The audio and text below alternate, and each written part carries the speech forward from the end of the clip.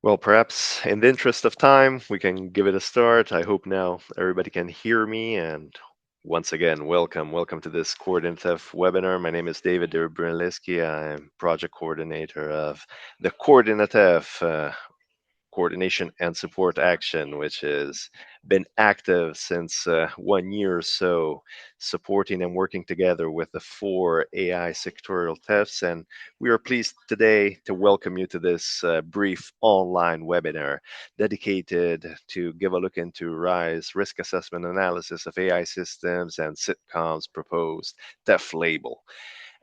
Perhaps I would quickly jump into today's agenda for our brief online session. After a quick introduction by myself and by CoordinaTEF's project manager, Pablo Ivankovic, we will jump right into the main objective of today's webinar, the main reason why we're all here together, to learn a little bit more about what is currently going on in RISE, one of the partner organizations of the CitCom.AI TEF, in relation to their risk assessment analysis of AI systems. And in order to do this, we'll have the pleasure in a while to introduce to you Katia Mishenko. She's senior researcher at RISE, Sweden's Research Institute. And right after her intervention, then we will move into, again, another practical experience, another practical example coming from another partner organization of the CitCom.AI TEF. In this case, it will be Alessio Buscemi, who is AI engineer at LIST, Luxembourg's Institute of Science and Technology, who will be telling us a little bit more about what CitCom AI is doing when it comes to thinking of a label, a labeling process that TEFs could perhaps set up in order to build trust among their partners and their users, their clients. This will be the core objective, the two main topics of today's knowledge sharing webinar. And we'll try to save some time at the end in case there could be any questions, any comments, any curiosities from all you who are participating today. And as already written in the chat function, feel free to use the chat function if you have any comments, any questions as we go through the presentations, and we will try to tackle them once we get to the Q&A session towards the end of this webinar today. Just as a technical note, just wanted to mention that we're going to be recording this session for further dissemination purposes of our CoordinaTEF project. And perhaps I would jump straight into the introduction of CoordinaTEF project now. In the following slide, perhaps before leaving it to Pablo, I just wanted to, I'm sure that most of you already have heard about CoordinaTEF, but it's basically the coordination and support action project that has been living since a little bit more than 1 year now, with the objective of trying to pull together activities and try to build synergies among the 4 AI sectorial TEFs. So as you can see here, there's also the consortium partners represented. So all the 4 leading consortium organizations of the 4 AI TEF consortia are involved directly in the CoordinaTEF project, ensuring, therefore, hopefully, this coordination and these exchanges. And this is exactly the reason why we're here today, to listen what colleagues from a specific TEF are doing in order to learn from their experience and perhaps try to take advantage of them for any curiosity, any question we may have. Looking into the objectives, and here perhaps I'm happy to leave it to our CoordinaTEF project manager, Pablo, for a quick overview of actually what CoordinaTEF is all about in a nutshell, and basically how today's webinar fits in the overall picture. So Pablo, please, if you want to take over, thank you very much. Yeah, thank you. So essentially what we can see here is the main objectives of CoordinaTEF, what we're trying to do. So we're trying to create synergies with the AI ecosystem broadly, going from the ADIHs to the AI factories to data spaces and beyond. We are trying to create an ecosystem that is solid around TEFs. We are trying to support you as TEFs to define a unique value proposition so that you are recognizable in the market, so that companies know what you're all about. We are trying to by doing that, also clarified any questions or doubts that both you or even your customers may have through a dedicated help desk that is on the CoordinaTEF website. Was launched during the CrossTEF event in Milan. So I hope that you have all had a chance to look into it, and maybe eventually, if anyone has doubts about TEF, refer to it so that we can then redirect the customers to the right TEF, to the right answer. We are trying to support you, monitor and report the impact that you're actually providing so that we can showcase what the value of TEFs are. And we're going to be working on drafting a blueprint for future TEFs, so how things should be looking into. And last but not least, because it is at the core of what we are doing today and what we're trying to do with this webinar, is we're trying to support the application of the AI Act. So here, what we are doing is gathering best practices, experiences from TEFs, what has been working, what isn't working, what's the updates on the regulation, what the digital omnibus is going to be about, how we can best tackle it, and try to sort of disseminate it between us, think about it together, figure out if there's a framework, a common framework that we that all four TEF consortia could have on the uh, both risk assessment, on understanding how the application of the AI Act will impact both SMEs or even TEFs themselves in their operations and so on. So essentially, in a nutshell, as David was saying, this is what CoordinaTEF is all about. This is what we're trying to do. This is the focus of this webinar, which we hope you will find interesting, useful, and practical. And if you don't have anything, questions or specific doubts to include in the Q&A session, I say that we can give it a start, and I would leave it to Katia to start presenting the RISE risk assessment analysis. Yeah, thank you, Pablo. Thank you, David. Yes, so today I will try to share our experience on development of one of the first services which we develop and provide for customers, and it is about the risk assessment analysis of AI systems. Yes, thank you. Yes, so firstly, very brief on AI Act requirements. So as we all know, AI Act defines the technical and legal requirements for AI systems, which are placed and operated in EU. And it enters in force gradually during 2025-2026, and it is based on risk model and risk, which means that all AI systems are divided into 4 risks: unacceptable, high, limit, and low risk, or no risk.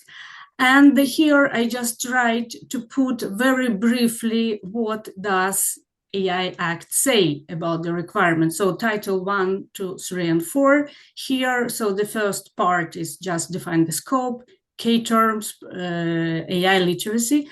And Title 2, the most important and interesting part for us is Article 5, which is about the prohibited practices. And then Title 3, high risk. Also Article 6 and 7, which do define the high-risk systems, and also the requirements, coming articles like on risk management, data governance, documentation, transparency, human oversight, accuracy, cybersecurity, and other, and of course, very important obligations and conformity assessment. And then transparency, Title 4 transparency, Article 5052, so about how the users should be informed about AI systems. Yes, so when talking about AI Act and the main requirements, we see that testing, which is done at CitCom, is a central part of all these activities, and this is what we are doing here at RISE. But before having proper testing, one should understand what kind of AI system is this. And the very first question here is whether the system under consideration is a high risk or not. And this is our first step in approaching testing, and this is about risk classification. Please, next one. Thank you. Next, please. Yeah, thank you. So, risk assessment framework, what is this about? So, the purpose of this service is to help organization to identify whether the systems they are working with may fall under the high risk category of AI Act. and also to support early preparation for compliance. And this service, you can read about this service at CitCom.AI homepage. So the scope is that of this is quite wide. It could be applicable for any industrial sector, like automation, energy, critical infrastructure, mobility, and not only that, agri-food, healthcare, public sectors, and it focus mainly on whether the triggers described in Articles 5 and 6 are executed. So mainly the core part of it is to identify whether the system is classified as a high risk. I want to make a point here that this assessment is a preliminary one. So we are doing a preliminary assessment. So we don't put a legal framework here. So this is the tool to help customers to see where are their with respect to AI Act. So what does service provide? So we developed a structured methodology that translates AI Act into a practical assessment. And this assessment is supported by relevant international and sectorial standards. What we do is initial screening of the model type, use case, deployment, domain. We go for risk indicators. We also can provide list testing approaches and also define role-based obligations. As mentioned, we are doing an early insight into classification outcomes. We show the compliance gaps and also the readiness, the level of readiness of the AI system and its documentation for the conformity assessment. And then we also lay down the foundation for informed decision-making and strategic planning for SMEs and like big companies when it comes to AI-based products and services with respect to AI Act. Very briefly about the service foundation. Here, at the right part of the slide, I just wanted to show very briefly the main logic. So the logic behind this preliminary risk classification analysis is to identify whether the AI system belongs to the high risk. And here we distinguish two paths, and this path I took liberty to call it Path A and Path B. They are based on the AI Act Article 6. So Path A is the case when AI system is a safety component or a product which are themselves covered by the union harmonization legislation listed in Annex 1. And they are important part also subject to a third-party conformity assessment. And Path B, use-based path, AI systems that are intended to be used in any of the areas listed in Annex 3 of AI Act. So basically, the main idea is to see whether like Annex 1 or Annex 3 is appropriate for AI system, and in case it is, then the classification goes on. Talking about standards and references, so there are interim standards we are using, like AI guidance on risk management and then management system. Then also in our case, we use safety. And then also very important to mention that we have emerging harmonized standards, which came quite soon, but they are preliminary. And then also we use like NIST AI risk management framework and then other relevant frameworks here. But important part here is to mention that the standard, they don't lay down the legal background for risk classification. It helps to make a risk analysis, but the legal part for AI systems to be determined as a high risk is due to AI Act. Thank you. Let's take the next one. So now I just want to explain very briefly the service workflow. How does it work? What do we deliver? And which tools we have.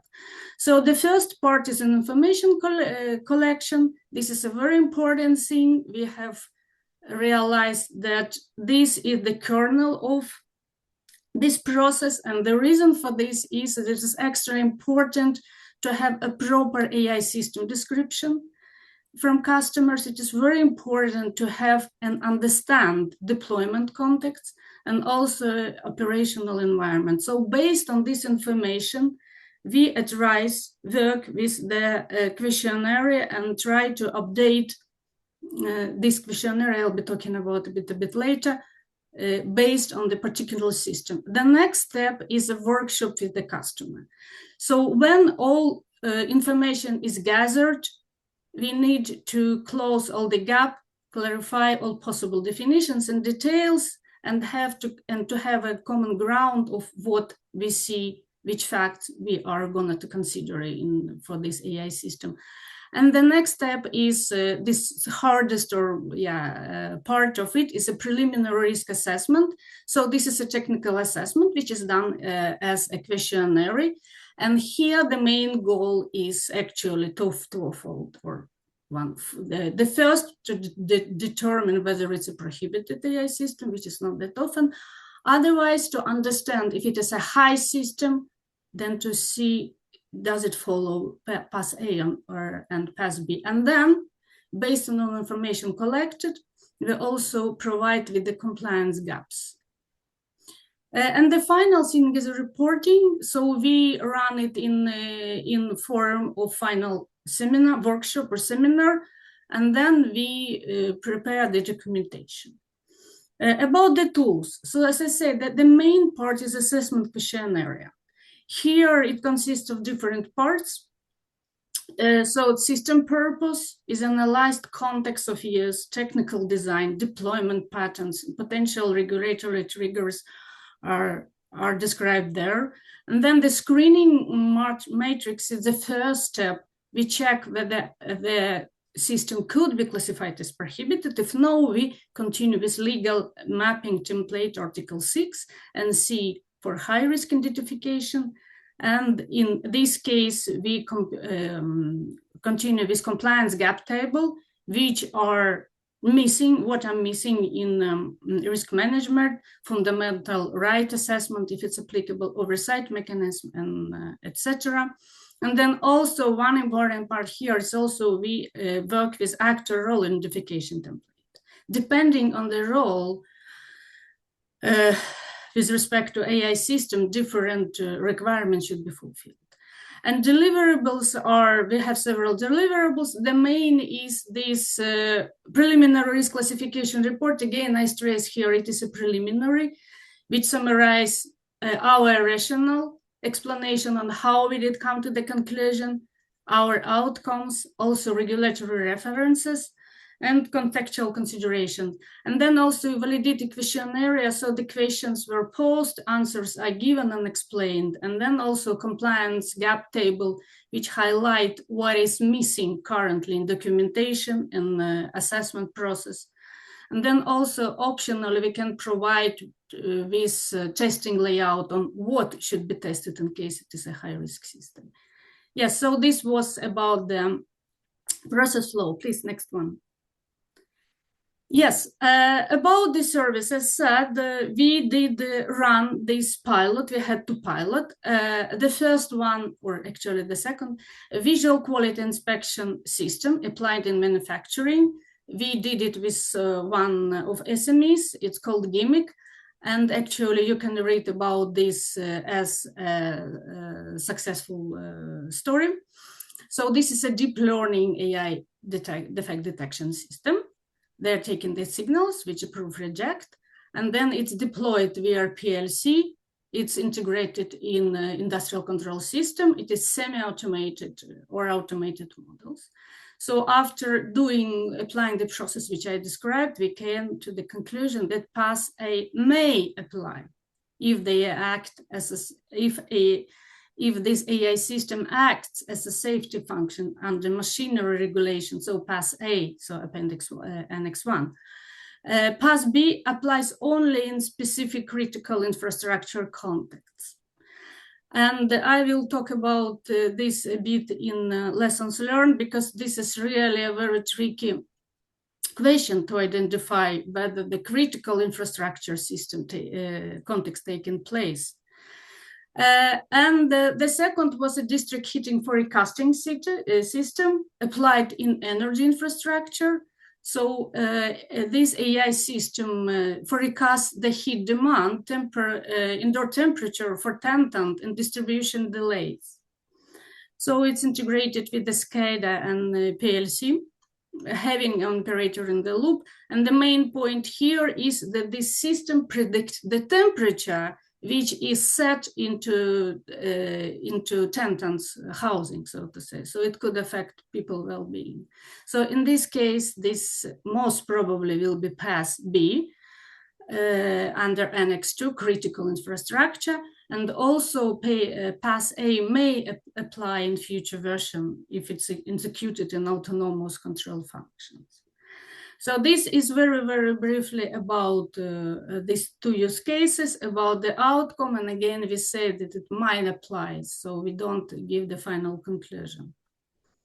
Yes, and then I think we can continue with lessons learned. Yes, lessons learned. It was a great journey. We have spent a lot of time on this, both creating questionnaire, going through the answers and communicating with our customers. And then one very important part of this is that providers often hesitate to share technical or deployment details even under NDA. Also, deployment information is quite often incomplete or undocumented, which makes the classification conditional and dependent on actual use cases. Here, I need to add that sometimes customers don't know themselves whether the AI system, which is, for example, integrated into industrial control system, is used in critical infrastructure. It's difficult even for them to define this. So also determining whether AI is a safety component. In our case, it was for machinery regulation by Pass A, or falls within critical infrastructure domain, remains very difficult too. So Annex 3 was improved a lot during the time. At the time when we used it, it was in the initial version. So it has a complicated cases for borderline cases, and especially for industrial control systems. So this is a tricky question. And then also, classification outcome relates very, very hardly on where and how the AI system is used, rather than its core function. Technical integration into robotics and control system can also elevate the risk of the article under Article 6.2. Then lack of harmonized standards and compliance pathway. As says, a act is setting down the legal background for definition of high-risk systems. So now we are waiting for harmonized AI standards, which will help us to make a clear identification on whether the AI system is set as a high-risk one. And we have our forthcoming standard 18.286 and then 18.228, which will be used in future to help this. Yes, please. Yeah. And then also questionnaire and methodology practicalities. So we are trying to design the questions which are applicable for any AI system. But unfortunately, one size fits all does not work. In many cases, and there are many items which can't be classified or answered with simple answer, yes or no. So the structured stepwise process, when we start with screening, classification, and then obligation, improves traceability, but it takes time from customers and their engagement. And then finally, customer awareness. It was quite surprisingly, my experience says that both SMEs and even big companies are unaware of AI Act, more or less, and underestimate its importance. But while the customers are aware of that, they want to go for the classification, but not only to get the answer whether the AI system is a high risk or not. They want to have a practical guidance and compliance. They want to answer the question, if it is a high risk system, what's next? And also one important part is that risk classification reports can be sensitive, especially in critical sectors, which requires also a special attention to confidentiality and the contractual arrangements. So that might be the reports themselves should be sensitive documentation. Yes, thank you. And then the last slide, conclusions for this risk and generally. We continue to develop this risk classification service. We try to extend this into the new applications. Now it is applied only at CitCom.TEF, but also at RISE we have Health CitCom and Agri-Food. So we want to extend our service and collaborate with some other TEFs, and also want to apply for, if you take health, for health case, it's a bit easier. They have a much better legal background when it comes to medical. Agri-Food is also a very interesting case. So we want to collaborate with them with this. And then also the service will be adapted. It is a living service. It should be adapted to upcoming harmonized standards and new legislations and the new coming directives. And I mentioned already about the expansion of the services. And then also I want to say that the full report on this risk classification is prepared and will be published at RISE. And then also we are working on a scientific article. It will be probably scientific or white paper on challenges of risk classification for specifically industrial and industrial control systems, which we are preparing. Yes, I was rushing a bit, trying to cover this 15 minutes, but thank you very much. And please reach out for us for further details and for a collaboration. We at RISE will be very happy to run more pilot for new AI systems. So please, let's keep in touch. Thank you.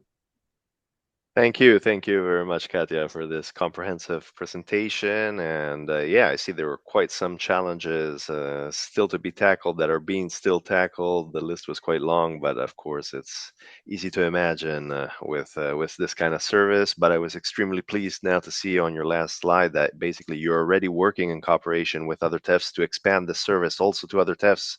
I see here TEF Health and Agri-Food TEF. This is exactly why we're also here today, this morning, in this webinar all together, to basically see how other TEFs can take benefit of what you have been doing and perhaps try to replicate and adapt in their context. So once again, thank you very much, Katya, for sharing. And for all the participants, please don't forget what Katya just shared, because if you have any questions, comments for her at the end, we'll try to spare some minutes for a quick Q&A session.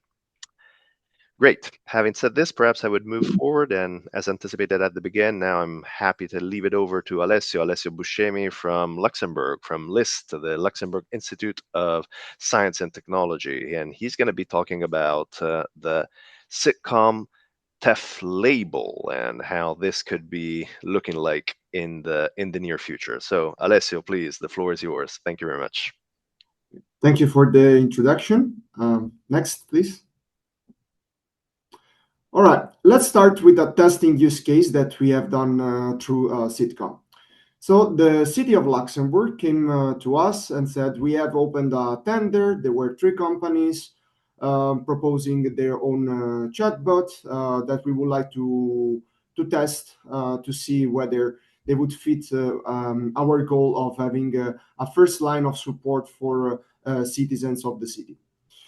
And so what they wanted to know, since it's a city that is very multicultural and diverse, especially linguistically, where there are basically 3 official languages plus many other that are also supported by the city, that of course this chatbot that they want to test, that it wouldn't discriminate against certain categories of people, which means guaranteeing the same quality of service to all citizens, regardless of their identity or the language that they speak.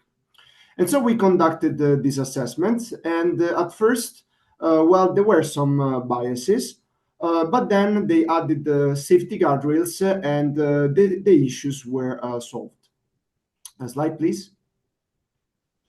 But this was good for the city for sure, and also for CitCom, but some questions remained. So how can the city ensure that the positive results of this one-off bias assessment can be reproduced consistently? Number 2, how can third-party providers and municipalities demonstrate to citizens that such bias testing meets recognized minimum standards rather than very specific evaluations that are, again, one-off? And third, how can policymakers and administrators communicate transparently that the chatbot has passed this independent verifiable assessment beyond simply stating that the issues were fixed, which was true in this case, but again, how do you communicate it properly? Slide. So one solution could be to have AI labels. So AI labels is not a concept that has been invented by CitCom. Actually, there is a study from Lamar Institute where they talk in general about AI labels, not only for smart cities, but in general. And so they have basically identified the label as a good way to bridge the gap, the communication gap between technical and non-technical stakeholders, because they make AI understandable. Again, they bridge communication gaps, they increase transparency and trust, and promote responsible use, as well as supporting better governance. So we can draw basically an analogy with many other, let's say, quality labels that there are already. For instance, we know a lot about food. In Europe, we have a good tradition of this. For instance, in Italy, we have DOP products and things like that.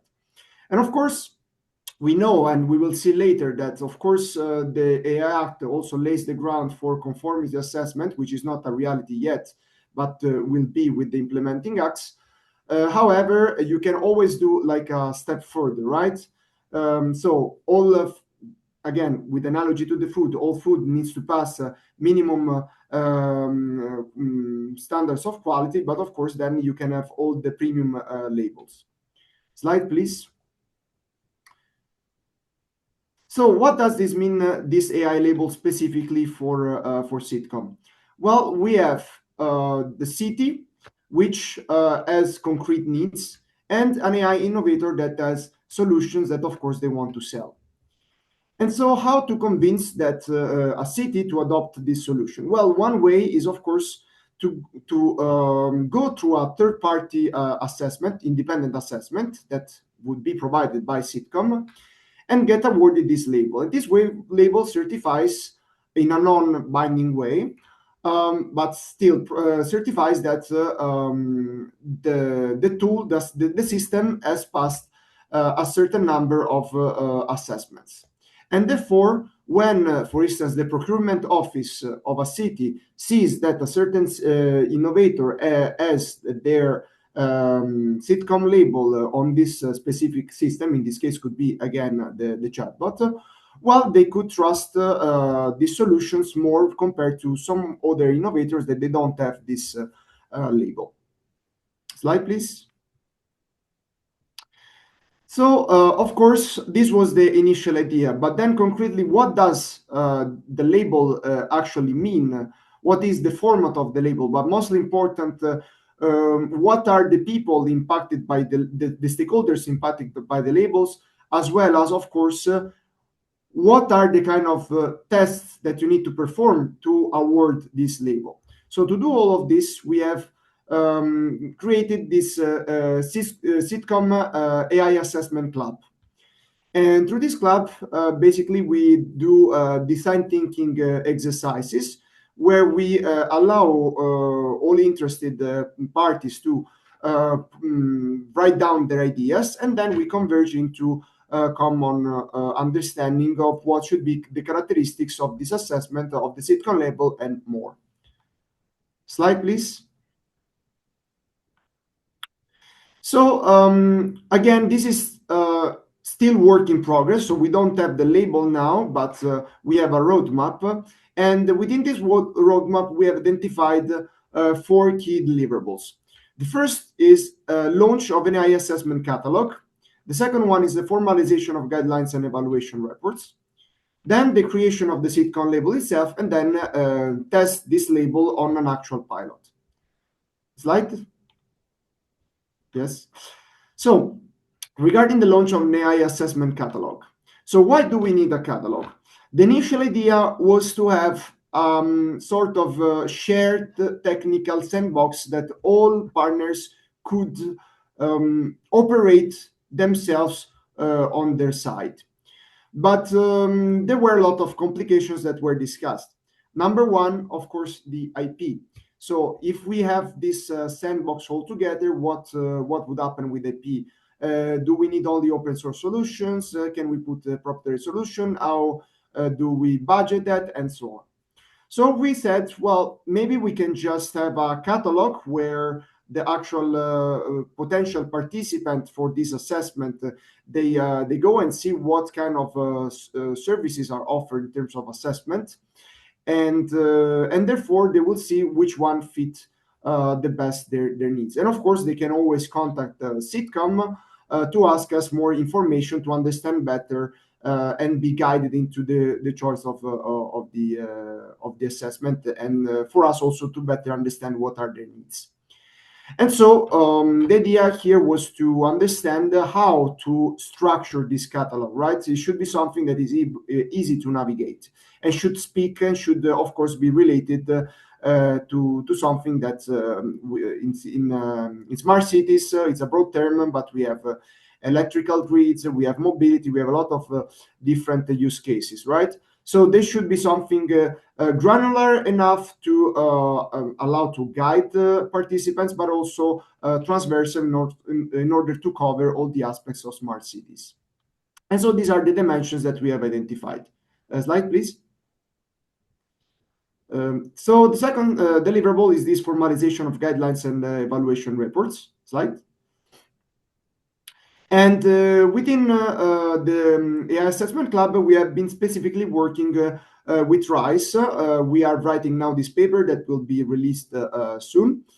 And based on the RISE methodology that was released last year, we want to go from risk level to identification of the main requirement to kind of the subcategory of test types to guidelines, which are, for instance, standards, but also best practices, etc., to the actual method that we need to implement to use for the assessment.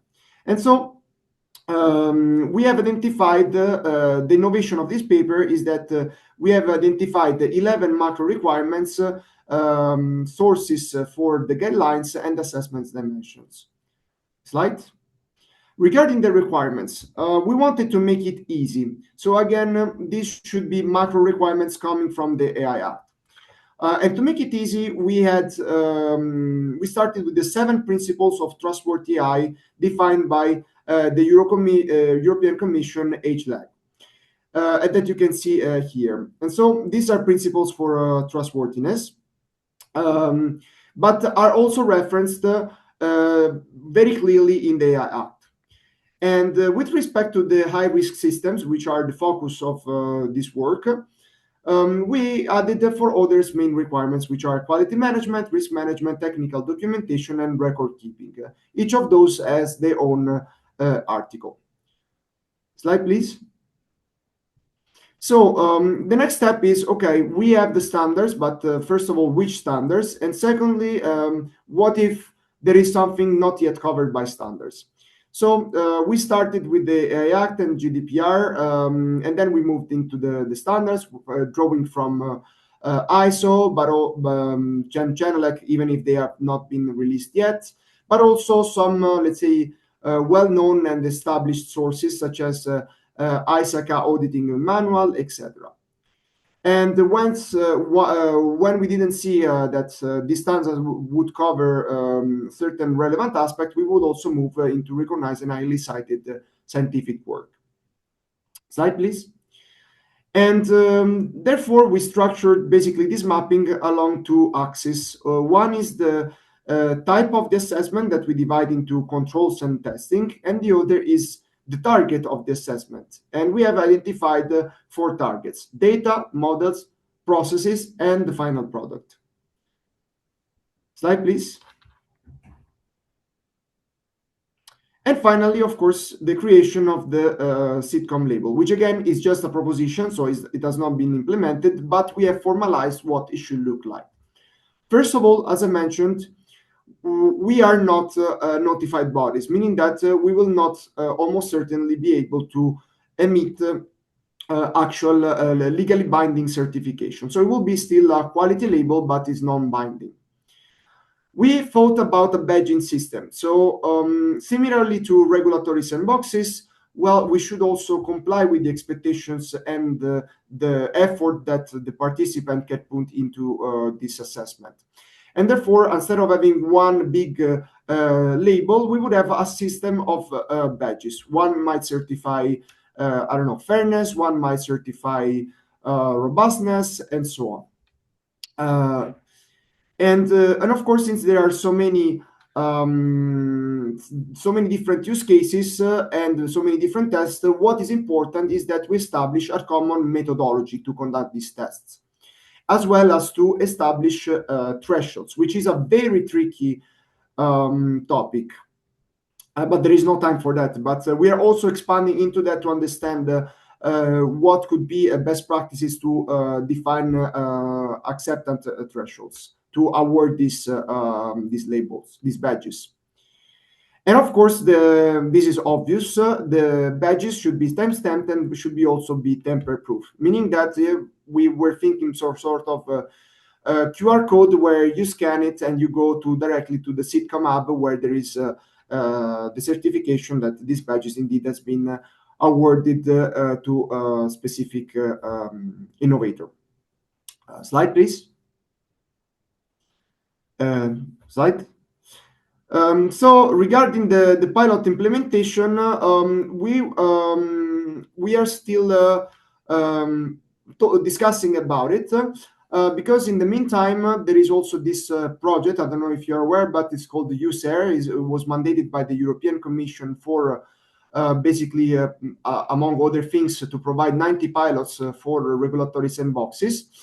And since it seems there could be some potential synergies between the regulatory sandboxes and the TEF assessments, not only within CitCom, but also with the other TEFs. We might think to conduct again this pilot to also test for the first time this CitCom and award this CitCom label within this USAIR project.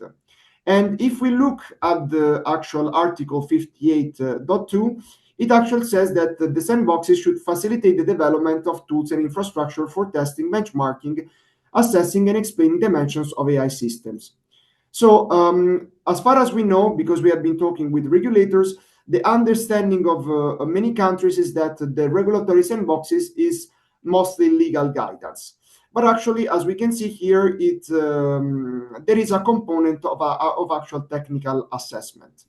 And so many countries, maybe the regulators, they don't have the expertise or the funding to conduct themselves this technical assessment within the regulatory sandboxes.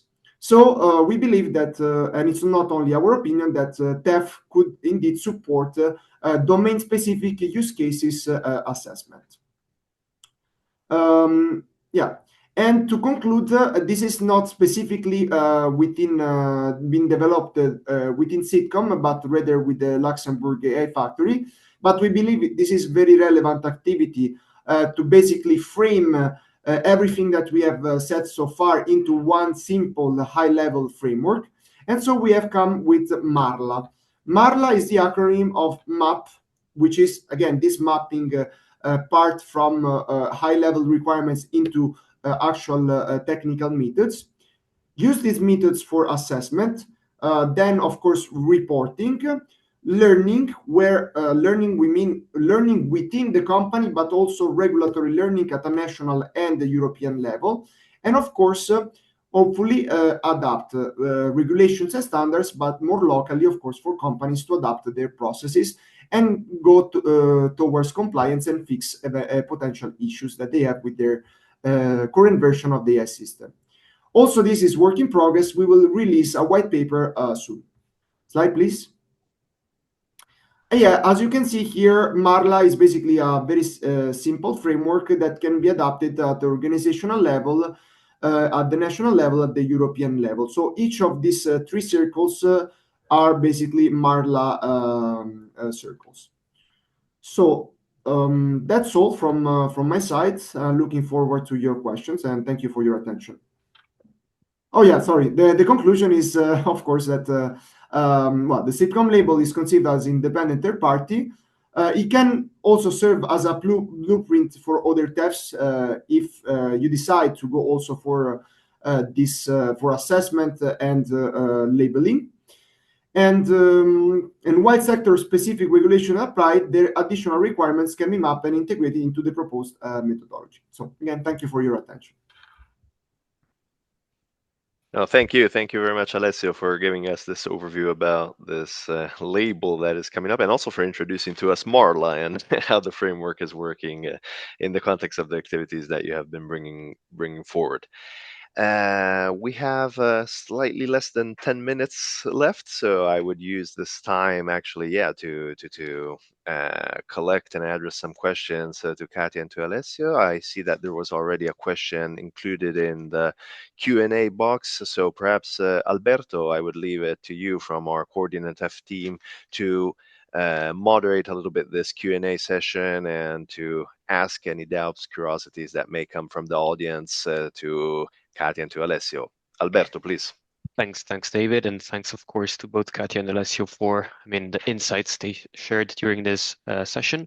So as you were mentioning, there is already a question in the chat from Alex Johnson, one of our participants, and he wanted to know to which extent do you think it would be feasible to use AI also to carry out entry-level risk assessment itself in order to mitigate the complexity of questions answered by clients? So automizing the process. I guess this is a question for Katia, as it mentions this entry-level risk assessment. I don't know if you want to actually have a look at this question. I can share it here on my screen so that, so it's more clear. I don't think I can zoom in. Maybe I can just do that. And we've just received, of course, another question, and it will be for Alessio later once Katia, you answer and address the first one. Are you sharing this question? Or? Hopefully you can already see it in my screen. No, not okay. Otherwise, I will try to read it again. So to what extent do you think it would be feasible to use AI also to carry out entry-level risk assessment itself? Okay, so yeah, the question of using AI to evaluate AI, yeah, it's a very tricky. So the simple answer is yes, it would be possible. But in this case, I would say if we want to use AI systems for doing this kind of analysis, we definitely need to have a human in the loop. What I mean is we definitely need to have a person who will help to perform this activity. What I mean, we can prepare an AI system which run this, but then on each step we need to have a human involvement, and as it's quite important to have a person who has at least some background when it comes to AI Act. Alex, I don't know whether I answered your question or not, but yeah, this is what I think. Yeah, actually, it confirms that the reply was very comprehensive and helped them understand and actually, let's say, get rid of this doubt. While the second question would be for Alessio, and it's from Stina Johnson, and she refers back to the to what you presented, and in particular to Marla, and she would like to know what is the difference between PDCA, which follows the Lean principles, and Marla itself. So thank you for the question. Indeed, they are not so far apart, and in the end, Marla is being driven by um, logic of how you would structure a process, right? So it's not rocket science. What is the difference is the focus. So Marla is something that is really focused on assessment and the mapping to legal requirements. So the way that Marla would be instantiated in the end, it would be a bit different than the PDCA, which is again more operational for companies to develop and test, right? The aspect of Marla that is really fundamental is this mapping between the law and the technical assessment, as well as the learning. And the learning is possible through structured reporting that should, on the one hand, speak, of course, to technical people, but on the other hand, also to legal people. And this, of course, is the most difficult challenge to instantiate. It actually was born because of this difficulty of speaking a common language between regulators, technical people, domain experts, etc. And so having this framework, which again is high level, we hope to put everyone on the same page and have some sort of common understanding of what are the necessary steps across the organization, the national level, and the European level. Okay, thanks a lot. And we actually have another question, always from Stina for you, Alessio, which regards basically the impact that CitCom label could have on the market. So the question that Stina has is there a risk that a CitCom label will be a business competitor to commercial companies? And she mentions a few like Lloyd's or DNV and so on and so forth. So what about this, let's say, potential business risk? So, of course, being a European project, I guess there is this component of that we should avoid of market distortion, right?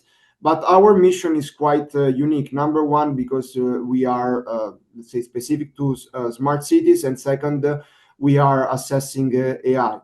So we might assume that there are companies that offer similar services. We will find our way to be fair to the market in this regard. And of course, we will not try to substitute notified bodies that provide actual legally binding certifications.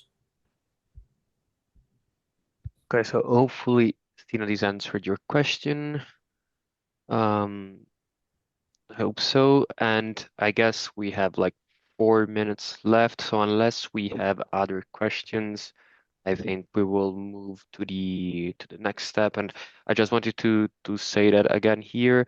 I mean, a summary, a recap of this webinar, of course, will be circulated. So do not worry if you were not able to attend the whole session or if you had to, join late. So I will head over to Pablo, who was introduced by David before, just to have an overview on the next step. Yeah, so thank you, everyone. Thank you, Katia, Alessio, for the presentation. It was very insightful. I hope everyone also that is attending found it as such. And just to quickly have an overview of the next things that we're going to be working on in CoordinaTEF in the context of these support to the European AI Act.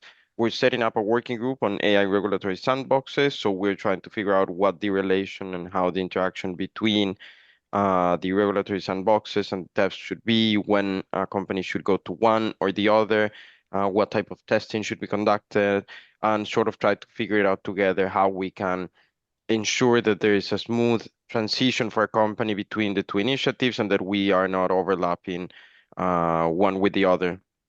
We also want to collect more compliance practices, the things that you are doing, the things that you're thinking, how you're approaching the market, how you're positioning yourself, what types of services you're offering. So please engage with us, share your best practices, share your experience, share your use cases.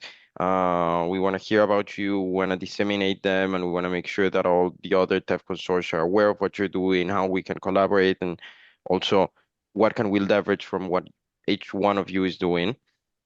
And then we're trying to develop these common compliance framework for TEFs. So we're trying to make sure that we are addressing the requirements of the AI Act in a similar way across the board, taking into consideration, of course, the specificities of each individual sector, of the verticals that they imply, but we want to provide a sort of common baseline so that customers are certain that when they're going through a TEF to comply with the AI Act, they get more or less a similar approach, and that it can be easier to understand and to access in any case.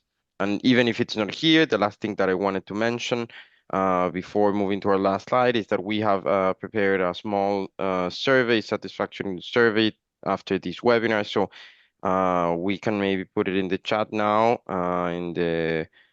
so that you can all see it. And if you could take just 2 minutes to answer, it's very brief. We just want to know if you found this useful, what could be improved, if you're interested in engaging with either RISE, LEAST, both of them, so that we can then facilitate these connections and those sort of things. And last, and I swear that this is the last one, is if you could follow us on our social media, you could be aware of what we're doing, what our next events are going to be, where we're going to be present. Visit the website. It should be an entry point for also to redirect customers and everyone to your single TEF's websites. So please be sure to follow us, keep in touch, and stay engaged.